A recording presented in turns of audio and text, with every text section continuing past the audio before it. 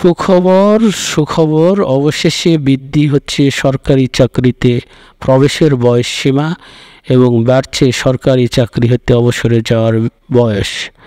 এ সংক্রান্ত আপডেট জানবো আজকের ভিডিওটিতে। ভিডিওটি শুরু করার আগে ছোট্ট রিকোয়েস্ট, আপনি যদি আমার চ্যানেলে নতুন হন অবশ্যই আমার চ্যানেলটি সাবস্ক্রাইব করতে ভুলবেন না, আর ভিডিওটি শুরুর আগে লাইক দিতে ভুলবেন না। চলুন তাহলে আমরা শুরু করি।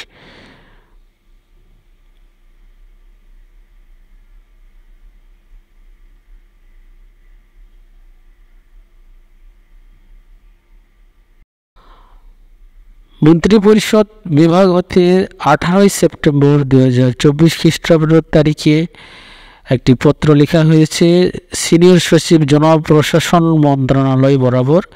বিষয় হচ্ছে সরকারি চাকরিতে প্রবেশের বয়সসীমা 35 বছর এবং অবসরের বয়সসীমা 65 বছরের উন্নতিকরণ।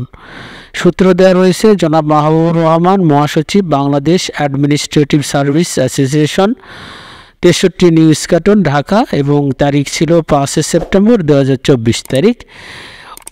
উপযুক্ত বিষয়ে সরকারি চাকরিতে প্রবেশের বয়সসীমা 35 বছর এবং অবসরের বয়সসীমা 65 বছরের উন্নতিকরণের লক্ষ্যে বাংলাদেশ অ্যাডমিনিস্ট্রেটিভ সার্ভিস অ্যাসোসিয়েশন হতে প্রাপ্ত পত্র এই সঙ্গে প্রেরণ করা হলো। পত্রের সঙ্গে কপি সংযুক্ত করা আছে। বর্ণিত বিষয়ের সঙ্গে জনপ্রশাসন মন্ত্রণালয়ের কর্মপরিধি সম্পৃক্ত থাকায় সদয় অবগতি ও প্রয়োজনীয় ব্যবস্থা গ্রহণের জন্য নির্দেশক্রমে অনুরোধ করা হলো।